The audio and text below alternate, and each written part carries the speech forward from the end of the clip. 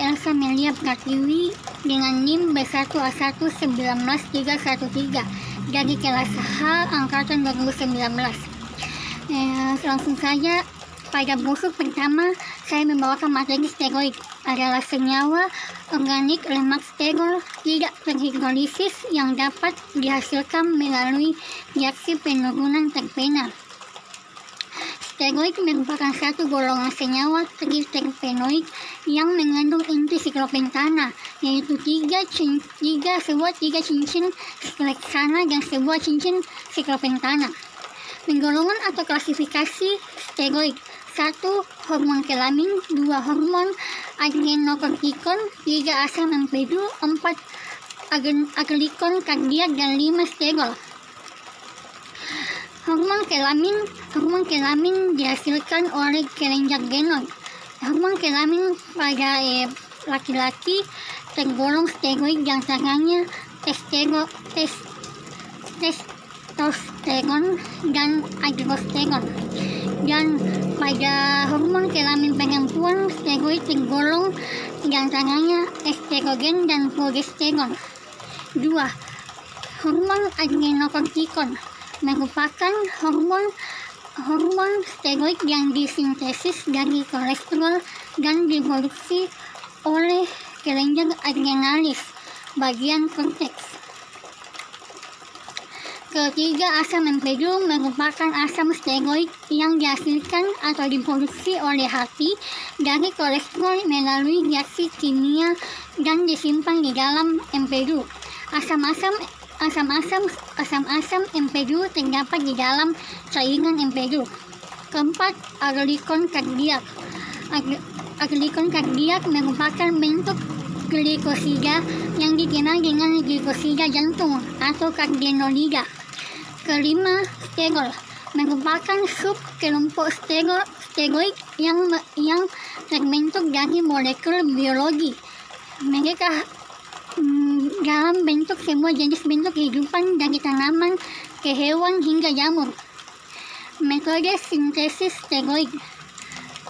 Steroid dianggap berasal dari terpenoid yang berasal dari jalur biosintesisnya karena steroid diturunkan dari senyawa berbentuk triterpenoid.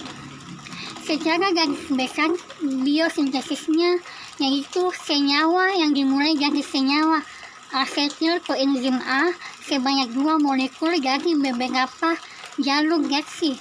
Selanjutnya membentuk asam mevalonat dan mengalami beberapa tahap reaksi seperti pembentukan DMAPP atau dimetil alil pirofosfat dan isomernya.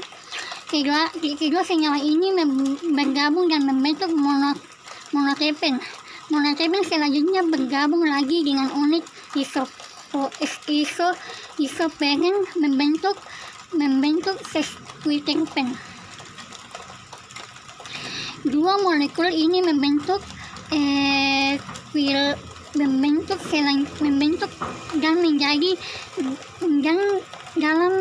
dalam asam lanosteron kehilangan gugus metil, yaitu 2 atom C4 dan sebuah atom C14 membentuk kolesterol atau steroid. Bosur 2 yaitu asam karboksilat adalah salah satu senyawa organik dari gugus karboksil yang berasal dari 2 kata, yaitu karbonil dan hidroksil. Pada formulanya, asam karboksilat adalah NCOOH yang bersifat asam karena terionisasi dalam larutan menjadi anion karboksilat dan sebuah proton.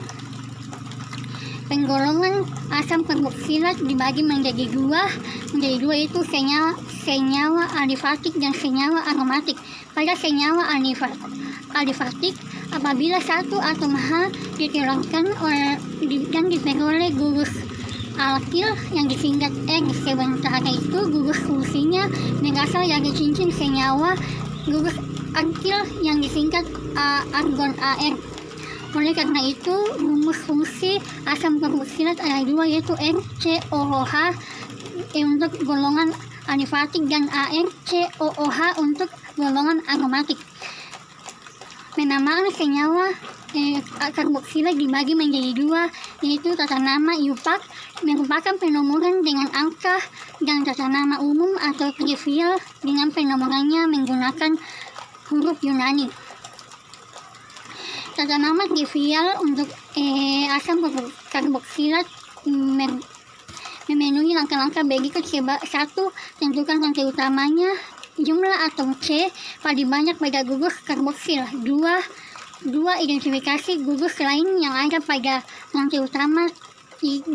Untuk penomoran dimulai dari atom karbon yang terletak pada gugus karboksil yang diurutkan dengan urutan alfa, beta, dan seterusnya, dan berbeda dengan sistem IUPAC yang menggunakan penomoran angka. Terakhir yaitu menggunakan kata asam di depannya.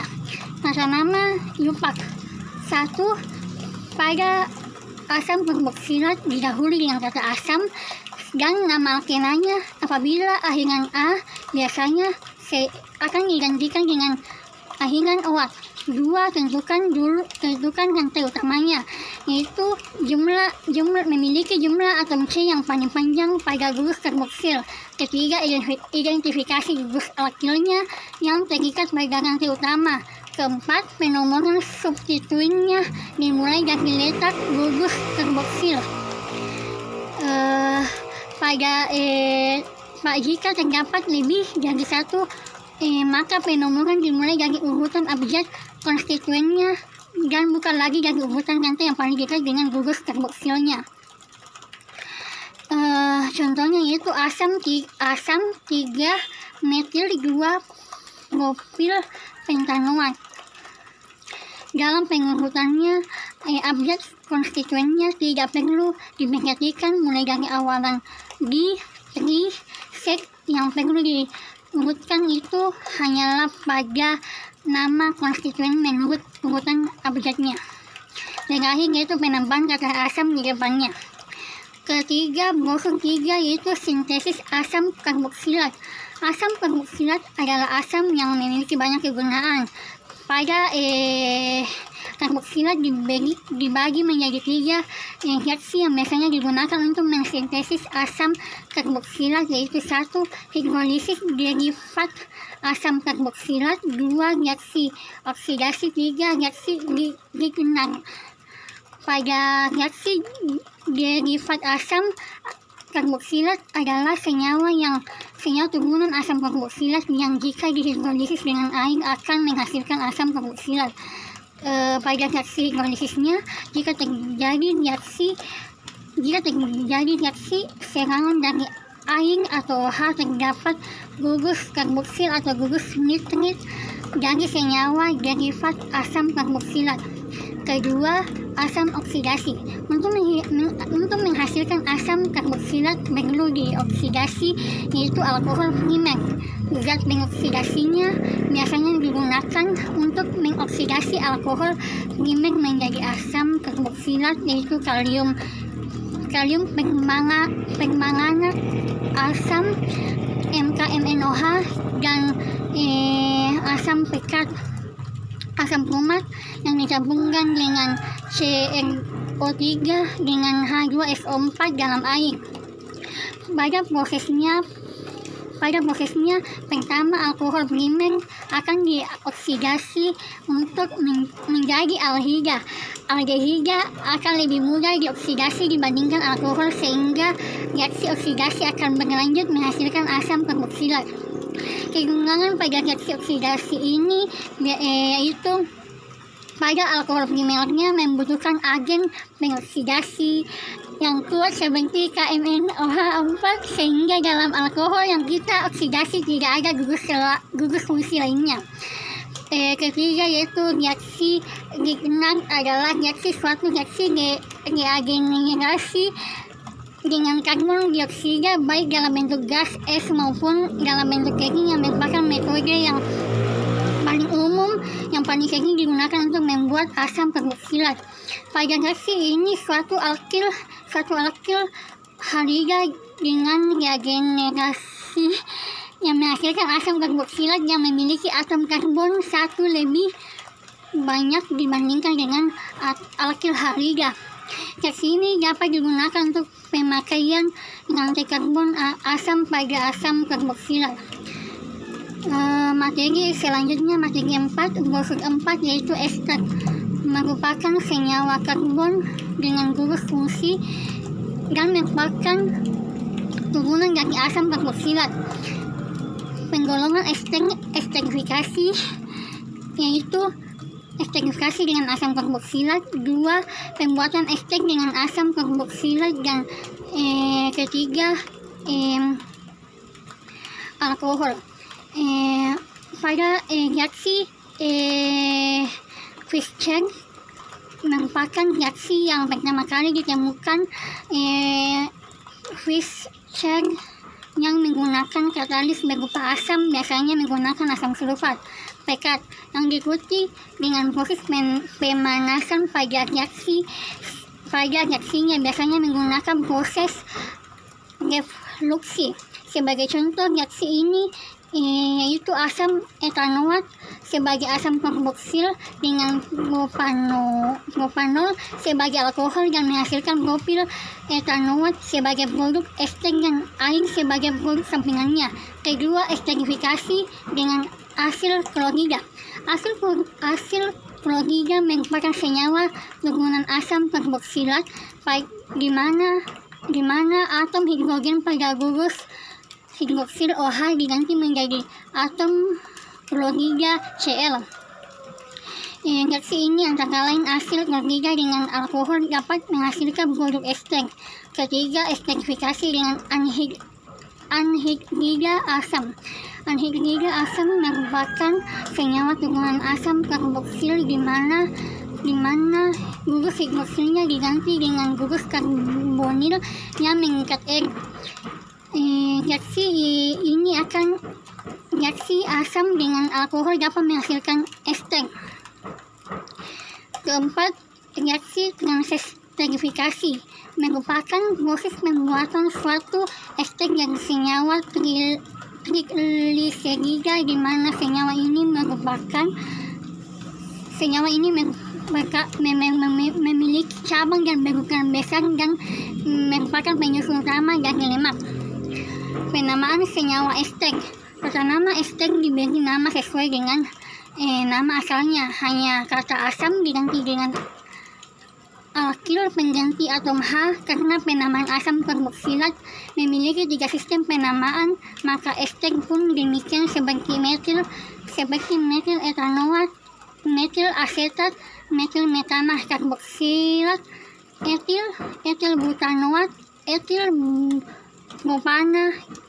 propana karboksilat. Kedua itu ada tata nama rival, yang ketiga tata nama IUPAC. Materi selanjutnya, brosur kelima, sintesis ester metil dari minyak kelapa. Metil laurat merupakan salah satu metil ester yang terdapat dalam asam lemak rantai medium. Asam lemak rantai medium atau ALRM memiliki 6 sampai 12 atom C, merupakan komponen utama pada minyak kelapa. Dalam sistem metabolismenya mudah diserap dan menghasilkan energi lebih cepat. Dapat digunakan untuk sintesis lipida terstruktur dalam bentuk asam lemak bebas atau ester metil asam lemak. Preparasi ester metilnya lebih mudah dibandingkan dengan asam lemak bebas. Ester metil asam lemak mempunyai sifat yang sangat menguntungkan, yaitu mudah difraksinasi atau lebih stabil dan tidak korosif. Metode sintesis senyawa ester metil dari minyak kelapa yaitu ada bahannya itu pembuatan etil esternya itu minyak kelapa kasar, minyak kelapa netralisasi, ada metanol, asam sulfat, hidroksida asam sulfat, dan untuk alatnya yaitu Enlemeyer, pendingin balik, hiaten, klem, beker keras, dan penyaring membrana vakum, labu pisah, termometer, dan gelas ukur serta pH dan lainnya. Ketiga metode yaitu ada tahap penyediaan bahan baku, kedua ada reaksi esterifikasi atau pembuatan metil ester, dan ketiga pengamatan. Terakhir yaitu pada proses ke-6 yaitu prostaglandin. Prostaglandin adalah hormon yang mengatur aktivitas fisiologis yang luas termasuk sirkulasi darah, pencernaan, dan reproduksi. Prostaglandin pertama kali diisolasi dari cairan semen dan oleh Goldbach dan von Euler pada tahun 1930 yang menyebabkan penurunan tekanan darah dan kontraksi otot polos. Nama prostaglandin diambil dari nama prostat dan gland, yaitu kelenjar prostat. Jenis prostaglandin dibagi menjadi 3 kelompok, yaitu ada prostaglandin AF yang dibuat untuk semua jaringan. Ada prostaglandin PGL2 dibentuk pertama di dinding pembuluh, dan terakhir ada tromboksan TXA2 yang dibentuk khusus untuk trombosit. Pada penggolongan prostaglandin yaitu ada